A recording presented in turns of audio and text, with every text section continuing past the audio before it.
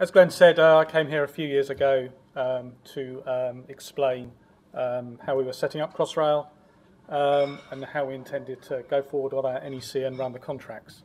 A slightly similar position to where Ken is at the moment.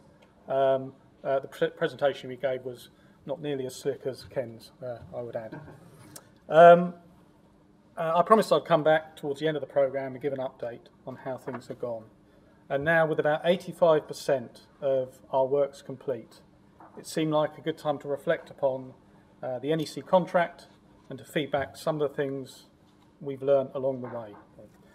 Crossrail is on schedule to open the central section by December 2018 within our funding. And today I want to explain some aspects of our NEC contract management that have contributed to our success to date. As we all know, the NEC form of contract relies upon a prospective approach based upon forecast cost and time, rather than a combination of valuation techniques and analysis of actual cost and time. I hope to explain how these mechanisms have fared on Crossrail, and also to reflect upon the role of the Option C cost reimbursable element of Crossrail's NEC. It's important, firstly, to understand the size and the scope of the contracts on Crossrail and the fundamentals of how we set up our particular Option C contracts. So the Crossrail construction works started in 2010 and are due to complete at the end of 2018. At this moment, we are very focused on the commencement of dynamic testing in November this year, which is the first time that a Crossrail train will run on the new central tunnelled section of Crossrail, so that the railway systems can start to be tested and integrated. The road to get to this point has been a long one, with many phases of delivery. The Crossrail main works contracts can, however, be separated into 6 distinct categories. So firstly, there were the tunnelling contracts that include all the running tunnels, spray concrete lining works, and these have got a total combined value of about £2.4 billion. These were let as 5 separate contracts. This picture is the SCL cavern at Stepney Green.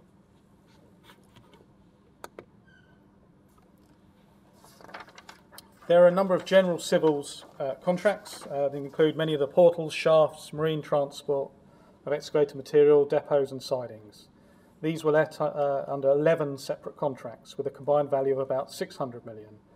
This picture of Wallasey Island, where all the tunnelling muck was transported by river and where we created a bird sanctuary for the RSPB. There are a number of station advanced works packages which were let as 6 separate contracts with a combined value of about 300 million.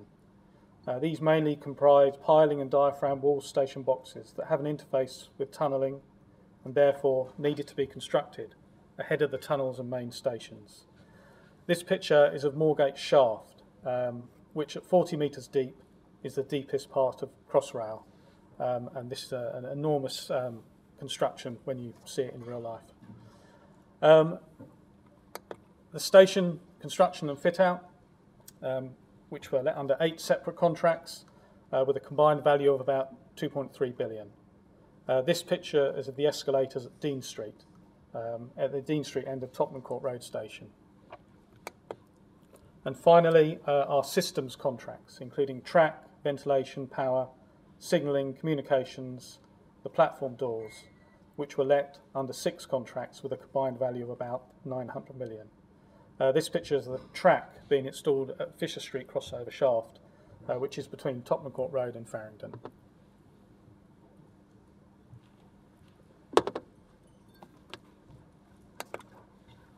So in total, there are 36 main works contracts with a total estimated outturn value of about £6.5 billion. These make up the construction of the central tunnelled section of Crossrail, effectively the red part on the map you can see there.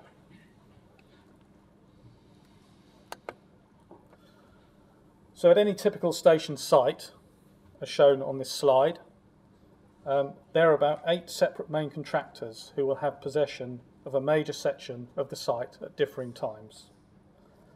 The relatively large number of contracts reflects the complex nature of Crossrail, the Crossrail programme, including that for design, and also the deliberate strategy of Crossrail to expose and actively manage the critical interface risks, rather than pass them down into the supply chain. Management of these interfaces is a feature that has been reflected in our NEC contract setup. It is also fair to say that the relatively large number of contracts has enabled Crossrail to close off contract accounts progressively. I've said that we're about 85% complete on the Crossrail programme in terms of construction works, but where are we in terms of commercial agreement and closure, which after all is one of the main aims of the NEC form of contract.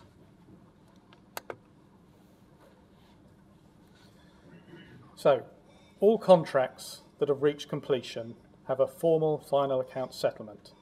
This is about £3 billion worth of contract value and about 46% of our total spend. Of the remaining live stations and systems contracts, we have a high degree of commercial agreement, with all contracts baselined and settled up to a midpoint, and with relatively few outstanding compensation events. This brings the total amount commercially settled to about 73% of the outturn spend of Crossrail, against 85% works complete. I think that this is a good position for Crossrail to be in at this time on such a large and complex programme of works, and there are some important factors that have led us here. Now let's turn to the NEC contract used by Crossrail. A decision to use the NEC Option C target price form of contract was made late in 2008. The main reasons being it was considered to be supportive of Crossrail's culture and objectives. It should have a fair and sensible allocation of risk. It would provide robust contract management processes. Its endorsement by the OGC, TfL and ICE and its use on other major projects would provide the opportunity to benefit from lessons learned. Drafting of the Crossrail NEC terms was led by the Crossrail in-house legal team, some of whom are here today actually, so you can ask them questions, with a remit of having a light touch approach to the standard form NEC. The detailed work culminated in a relatively modest number of amendments.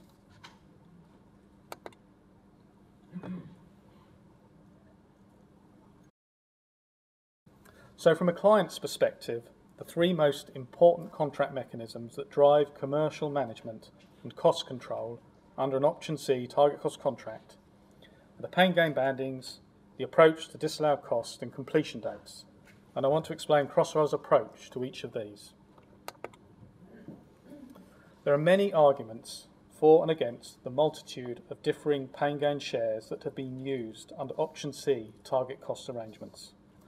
Crossrail considered most of these arguments, consulted with other large clients and contractors, and concluded that a simple 50-50 pain gain share was the most appropriate.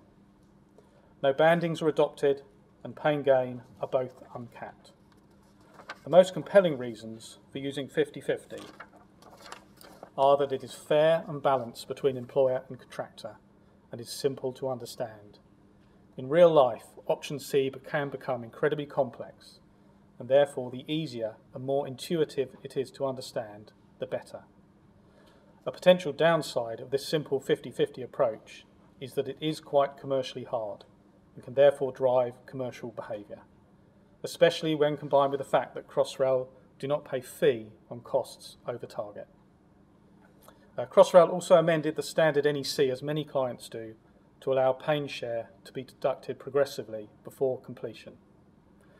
Overall, however, the approach taken has served Crossrail well to date, and we have had a balance of contracts attracting pain and gain at final account stage. Under Option C contracts, there can be a temptation to place too much focus on disallowing costs when things are going badly, or as an alternative to a non-functioning target mechanism. This rarely has the desired effect.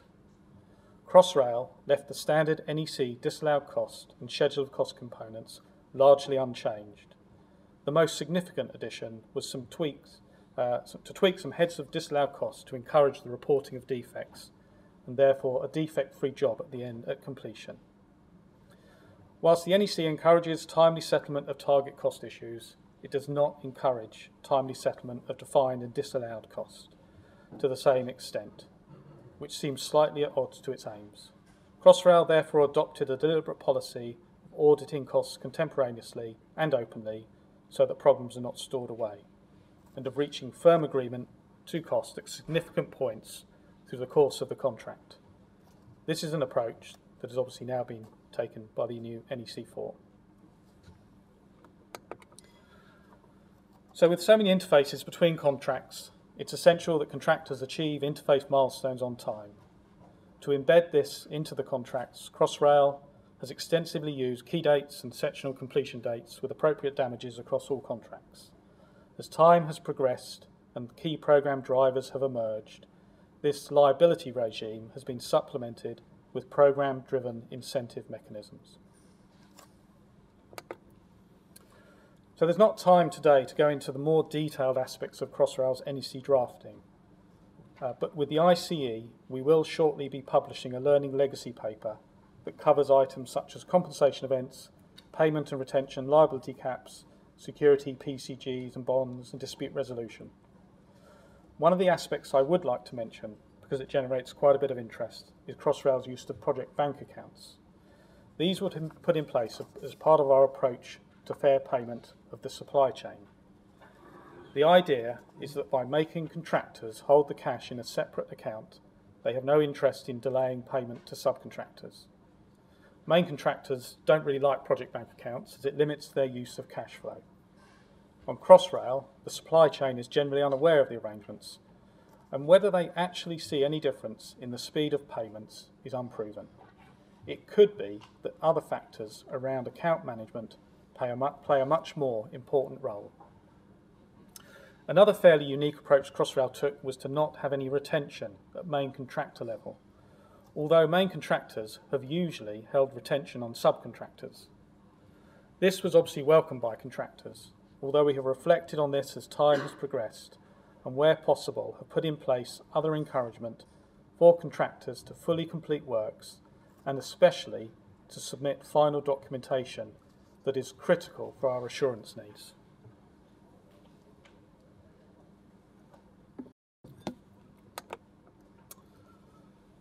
So what therefore have been the overarching commercial issues that Crossrail have encountered in managing the NEC mechanisms?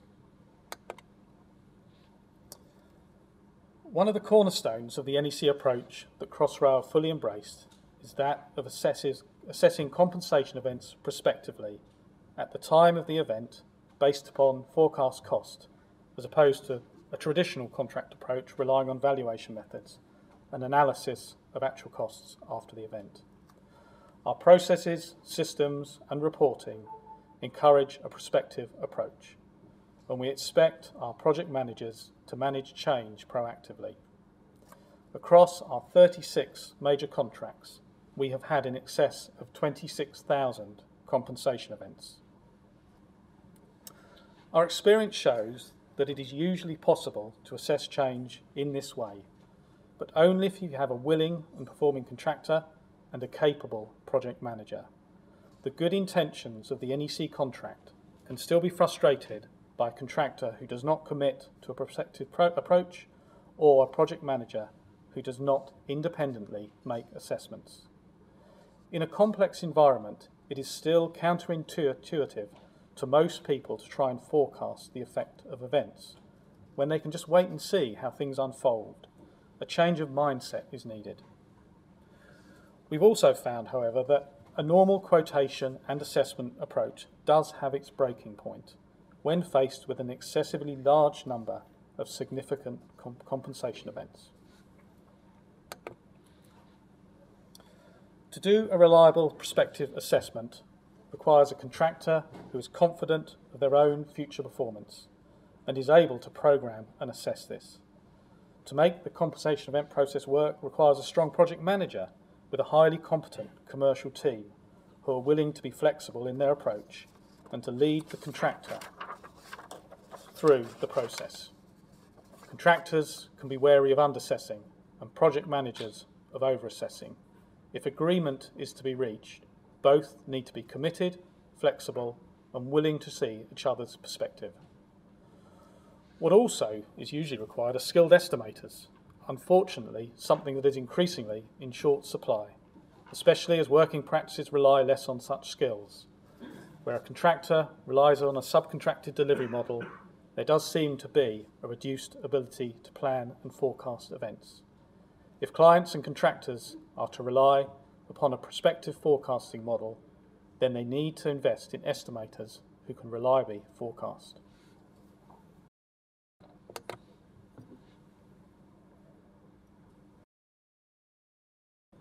The drafting of the NEC leaves a lot of unanswered questions when it comes to the assessment of time for compensation events. And at Crossrail, we had to decide on our approach and policies early on. We invested a lot of time, legal and planning resource in reviewing the knowledge base in the industry, deciding on our approach and training our teams. Some of the key questions were: which program do you impact? What should be in a program? Should the assessment be mechanistic? To what extent should a contractor mitigate delay? How do you deal with float and time risk allowance? What should you do if there is not an accepted program? When should assumptions be used?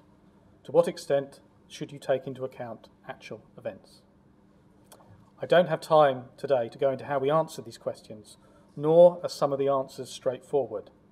But there is, I think, a growing consensus in the industry on how to do prospective time assessments under NEC that the drafters of the NEC contract have not yet embraced. Time and time assessments are obviously the root of most construction disputes, and this has also been true of the Crossrail NEC contracts. Crossrail adopted a two-stage dispute process, with any issues being referred to managerial discussions with the employer before any formal proceedings. To date, we've had about 20 significant managerial discussions, which could encompass a single issue, a number of issues, or a whole account. Time assessments are invariably the most important factor. We have had just one adjudication, which again was about time. After having been through all these disputes on Crossrail, the overarching impression I have is that, especially for time, the prospective approach greatly increases the chance of clarity and agreement when compared with a retrospective approach. There's just much less stuff to muddy the waters. There's also the fact that planners are comfortable with forecasting, as they do this on a day-to-day basis, and they have the programming tools. Of benefit to us has also been that Crossrail is a very program-driven environment. Contractors are encouraged to prepare robust programs and to have these accepted. The more up-to-date, contemporaneous programs you have, the more chance of agreeing the impact of events. The important question is, does a prospective assessment process work better than a wait-and-see approach? Based on the experience of Crossrail, I think it does. The chances of reaching an amicable commercial close are obviously increased if you can agree as much as possible at the time of the events. If a project manager has had to assess compensation events independently, then it is still better than not having an agreed at the time assessment. The strength of a contemporaneous project manager's assessment should not be underestimated, especially if there is not a tenable contractor quotation. If the contractor and project manager make every effort to run the contract process, then the degree of alignment should be good, or at least positions should be well understood. If one party fails to do their part, then they were put at a serious disadvantage. On Crossrail, we have quarterly commercial workshops, attended by all the commercial teams running our major contracts. We had one of these last week, where two of our contracts presented on the approach they were taking to settle compensation events as they go. One approach was highly collaborative, with quotations being discussed before submission, there being no surprises, and with all compensation events being mutually agreed. The other approach relied upon the majority of events being assessed by the project manager after attempts to agree had failed. Whilst obviously the first approach is better, the second approach does give a conclusion for the project manager team and allows them to move on and focus on the future rather than the past. This anecdote perhaps shows the strength of the compensation event process that can accommodate these different situations, but only if the mechanisms are run.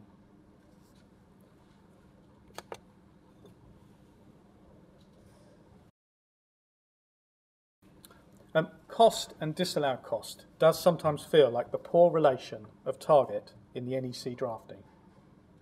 It is, however, more important as it regulates the cash flow of the contractor and is the biggest factor in determining the final payment and value for money for the client. Option C is fundamentally a cost reimbursable contract that may be adjusted to penalise or reward the contractor for performance. The cost being reimbursed is being controlled and spent by the particular contractor the client has entrusted. There are actually not too many levers that the client can use if a contractor is spending more than they should be. The assumption of the NEC is that this is largely regulated by the target mechanism that discourages the contractor from overspending. On Crossrail, we have seen examples of contractors who have managed cost very well, and some who have not been so efficient. The target mechanism certainly does encourage the right behaviours, but it is much more to do with the culture, people and organisation of the contractor. When these are wrong, then the pay mechanism is not always enough to discourage inefficient practices, nor are the clauses around disallowed cost wholly transparent. Clients can be left in a bit of a grey area. At the same time, disallowed cost is one of the greatest risks to a contractor under the Option C terms, where there is usually only so much scope to make profit through fee and gain share. Contractors are equally wary of woolly disallowed cost clauses and inconsistent application of these. On Crossrail, we have mitigated these risks for both parties by having a central cost verification team who regularly validate all schedule of cost component items. We have also been amenable at employer level to documenting agreement with contractors on cost and disallowed cost at important stages of the works. This gives both contractor and employer some certainty and creates a building block to be used for the final account. The cost and disallowed cost area is, I think, one that needs the most further work in terms of standard NEC principles and drafting, and also in terms of facilitating the best value for money for infrastructure clients. I've already said that the drafting of disallowed cost is not wholly transparent, nor is it drafted with the precision of other areas of the NEC. It may be adequate for fairly simple issues, but when faced with complex situations within integrated teams with many parties it can lack the clarity required.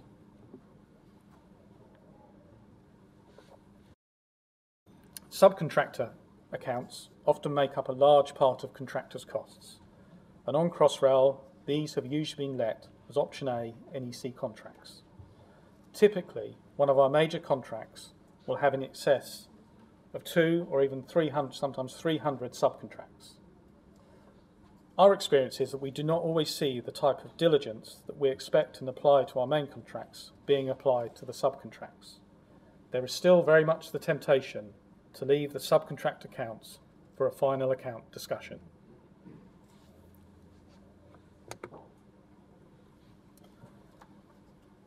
So I've tried to give you a flavour of how on Crossrail the key commercial mechanisms in our NEC contracts have fared.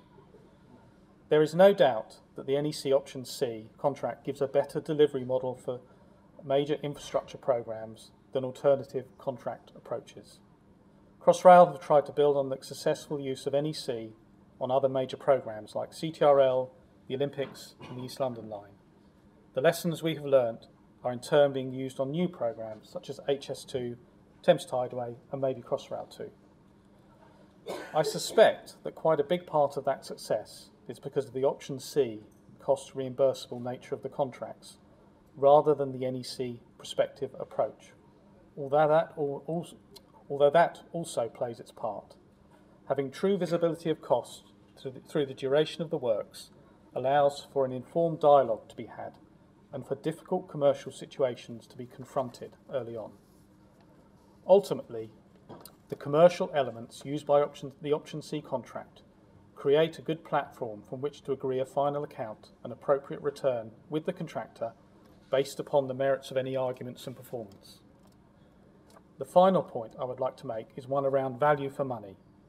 There is a risk that use of the Option C on large infrastructure projects does not always encourage the best efficiency and value for money for the client. As the use of Option C NEC continues to develop, it is important that we recognise that it is not just about swift commercial settlement and that a balance is required against obtaining best value.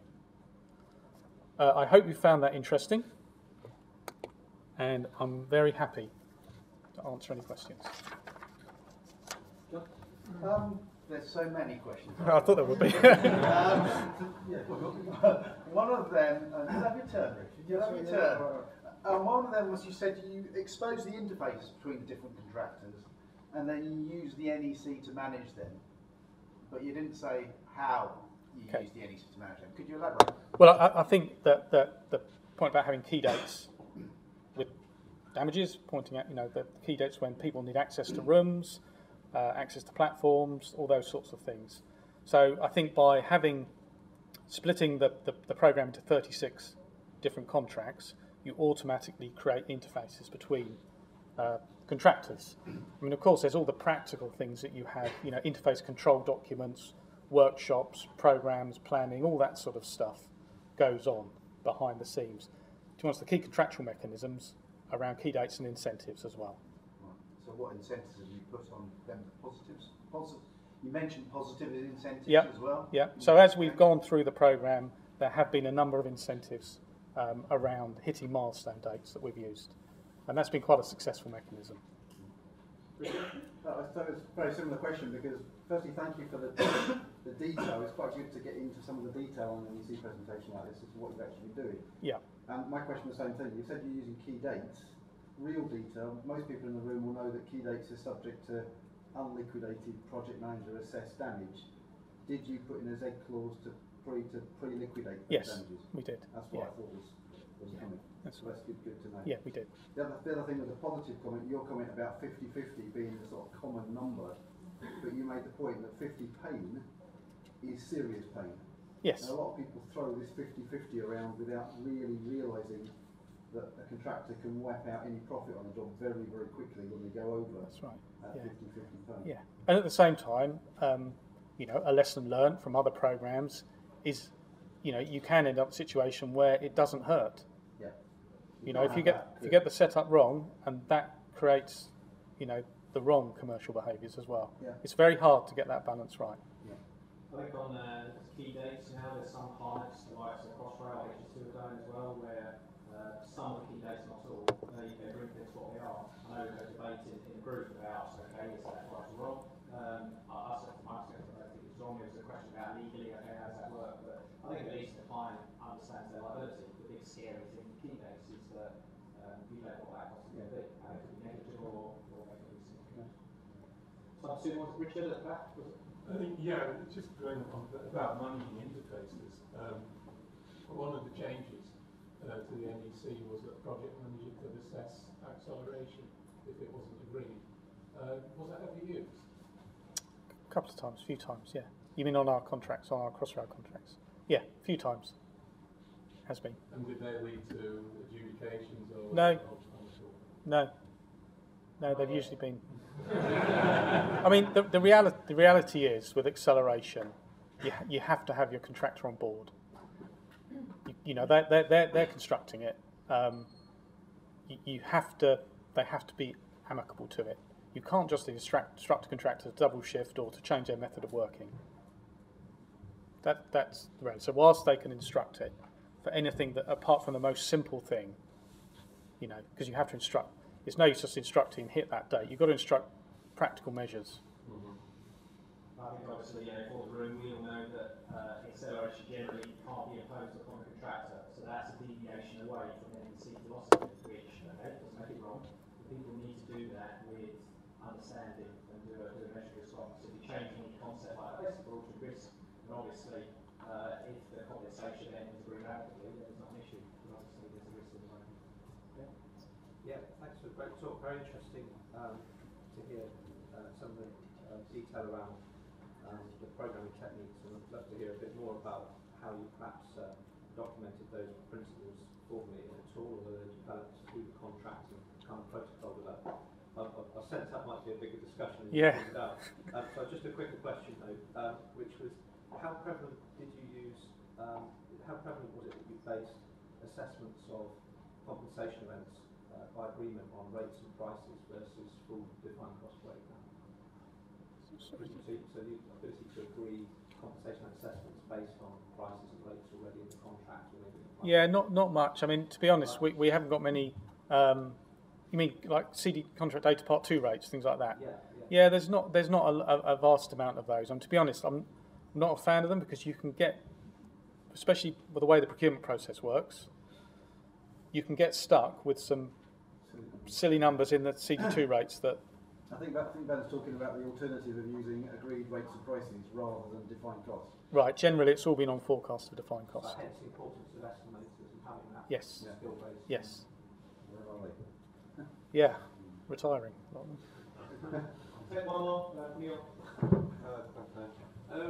I was really interested to hear that you sort of opted to go for a 50-50 pay mechanism. We could all debate that all day, I'm sure. What was really insightful for me was almost a throwaway comment at the end about you questioning actually whether option C was the right thing to do on all occasions, because often it is used, and I wonder how well thought through that decision is made sometimes. So I just wondered if you could just give us a bit more insight into the reasons behind why you probably or possibly wouldn't use option C for certain things going forward. Yeah, I mean, I don't think I was really suggesting that option C isn't the right way forward. I think you're right that you shouldn't just jump to that immediately. And there are a couple of contracts. For example, the platform edge doors are an option A. The Muckaway contract was an option B, actually, and it kind of lent itself to that. But generally, they've been option Cs.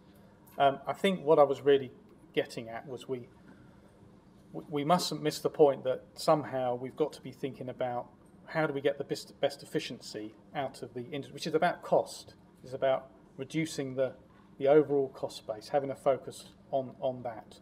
Always thinking about the outturn. Don't get too wrapped up in the target. Yes, it's important, but from a bigger picture, if you talk to clients at a high level, they're not bothered. They're not bothered whether it's an option C or a FIDIC or whatever. They just want to get the best value out of the industry. And I think you have to have an eye on how we're doing that. Look down through the supply chain. How is your contractor going to subcontract? How's he going to get the best value out of the industry? My experience is some are very good at it, some are not so good at that. What are their teams organised like? How big are they? How are they structuring themselves? And on an option C, you have to pay much more interest to those types of things. I think some of the issues that David's talked about there, at least half of those have come up again in the question time panel. I like the way Neil was fishing for answers, because he's going to be looking at that one this afternoon. But I think we'll revisit that one. And again, you picked up my elephant in the room is the issue you've got around programs. Again, I did wonder. Sarah, if you have one quick question, I'll squeeze that one. Oh, great, thanks. Yeah, David, you mentioned you had 26,000 compensation bids, which seems rather large, but then again, it's a huge mega project, so who knows what that means. Are you able to share any stats with us as to the kind of things that came up? What kind of categories of events typically came up? How were the risks dealt with? That's a paper in its own right coming soon. Well, it's not a pie chart, because I deal with colours and numbers, and I'm simple like that. I mean, we've got a very good contract management system, not CMAR, but EB, that allows us to kind of pull up a load of stats and everything.